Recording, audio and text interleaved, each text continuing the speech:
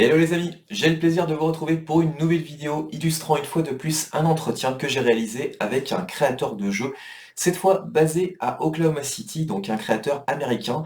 Il est également graphiste et musicien, donc il a vraiment beaucoup de cordes à son arc. Il s'appelle Rik Oclon. Je le remercie grandement parce que l'article est très complet, vous verrez. Prenez le temps, prenez bien le temps de le lire. Il m'a répondu avec beaucoup de précision sur pas mal de choses. Et en plus, je le remercie doublement car il m'a réalisé une vidéo où il commente les différents jeux qu'il a créés. En tout cas, beaucoup de jeux sont disponibles gratuitement, soit en mode démo, soit ils sont complets carrément, donc vraiment n'hésitez pas à les lancer. Ils valent vraiment le détour, ils sont assez variés et vraiment on sent qu'il y a une grande originalité dans ses créations. Donc un grand bravo à lui. Et vous avez également son site qui est ici. Voilà, donc vous avez Rik Oclon ainsi que donc ces différents jeux. Vous avez un portfolio qui vous montre un petit peu toutes ses créations, un résumé de de sa carrière en fait, de son parcours. Et voilà. Donc en attendant, je vous laisse profiter à la fois de cet article et de cette vidéo. Et je vous dis à très bientôt sur le blog de Geeks. D'ici là, prenez soin de vous et à la prochaine. Ciao. Hey everybody, this is Rik Oclon, one half of the Pyrotoad team. Johnny Manjiro designed this and I've been doing the art, and we've been collectively working on the music, and I've been doing the sound effects. You play as Pyrotoad, who collects fireflies and shoots fireballs to progress into the puzzle platform levels. It's action based, so it can get pretty fast paced. It's a very challenging game. As you progress through the levels, they get much more difficult. Johnny put together the design, so a lot of the levels towards the end I can't even beat, but he's much better at these types of games than I am.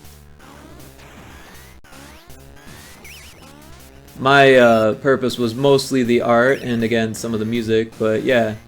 I had a blast learning GB Studio as a Game Boy Color. I've been using GB Studio to make Game Boy games, but this is the first time I've done a color game with GB Studio. And this is Johnny Manjiro's first GB Studio project, so we were able to teach each other a bit. He's been doing NES development, and I've been doing more Game Boy development. Yeah, I do a little bit of everything, so it's been fun for me to learn the limitations of the Game Boy. The game is really cool. It's got a whole bunch of different mechanics that Johnny's worked on. There's like wall jumping, and you can swim in some of the levels. There is a dash mechanic, and sticky walls, and lots of things to jump on, jump over. There's bullets, and lightning, and spikes, lava, all types of things that kill you. And yeah, it's been a lot of fun to make, and it's nearing completion. We're just about ready to get it out to testers, and we can't wait to start showing it to people. We do plan to get it onto a cartridge, and yeah, hopefully by the end of 2025 we'll be seeing it available. We'd like to put it on Steam as well, on itch as a digital version, and then yeah, so we're planning to speak to a publisher, and hopefully everything goes well with that.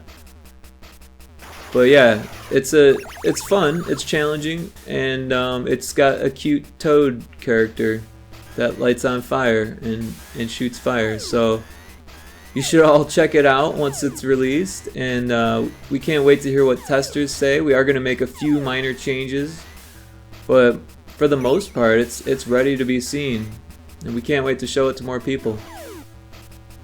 Thanks for checking out Pyrotoad.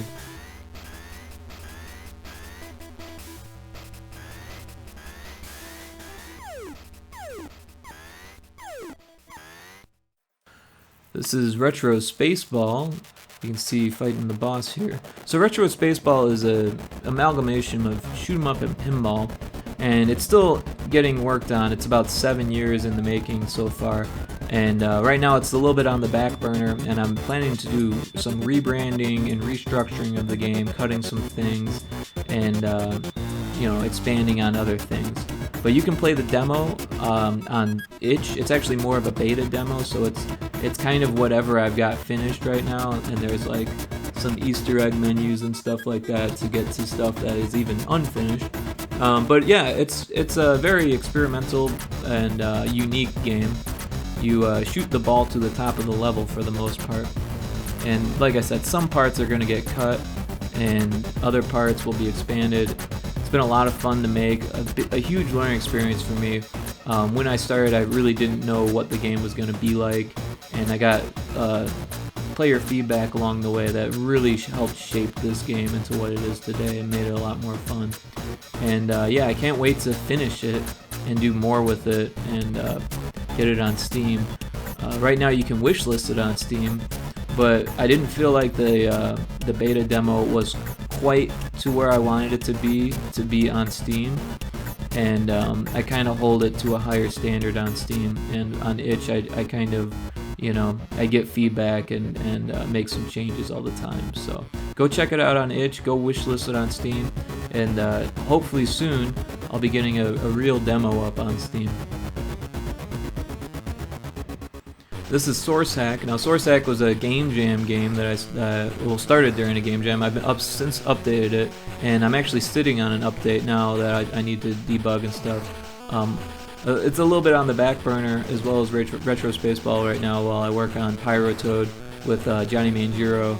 A bit of a team project, so I want to make sure that gets moving along. It's also a little bit quicker of a project, quicker of a dev cycle, so it's nearing completion actually as we speak.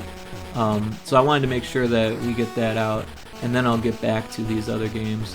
But yeah, this one's like a hacking puzzle adventure type game with lots of hacking mini games, and you use a computer, you can walk around a little world, and there's a lot of variety in it, and you know, some humor, and a lot of me just trying different things within GB Studio. This was my first GB Studio engine and game, and I keep going back to it. So yeah, you can see there's quite a few different things going on here. And this is for the DMG version of Game Boy, so the colors are all through an emulator. And yeah, go give it a shot on itch. It's free to play. You can check it out and put it on your retro handheld. And I'd love to hear some feedback. So while I continue making it, I can continue making changes. Now this is Bit Dropper, another DMG Game Boy game. Now this is more of a sound toy than it is a game. You can actually do like finger drumming.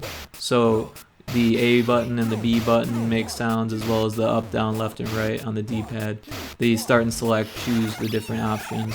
There's like a whole bunch of different sound effects on there that are all in different banks. So you can see there's 4 different banks that have 6 sound effects each, but there's also 4 different sets of 4 different banks. So that's like a whole lot. And then there's also different background music that's optional that you can choose from, different visualizers, and yeah.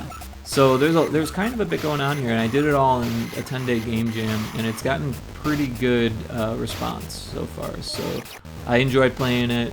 My nephews enjoyed playing it. Other people have told me their kids enjoyed it. Musicians have been enjoying it. So yeah, check out Bit Dropper if you like making music, or if you just like screwing around with sound effects. There's a lot of vocals and percussions, and I'm a DJ, and I kind of like put that essence into it. So you can kind of do like your own little DJ bits with Bit Dropper. Go check it out, it's a lot of fun. I play it quite a bit. Now this is Demon Fish Dead Ahead. It's a spooky themed fishing game.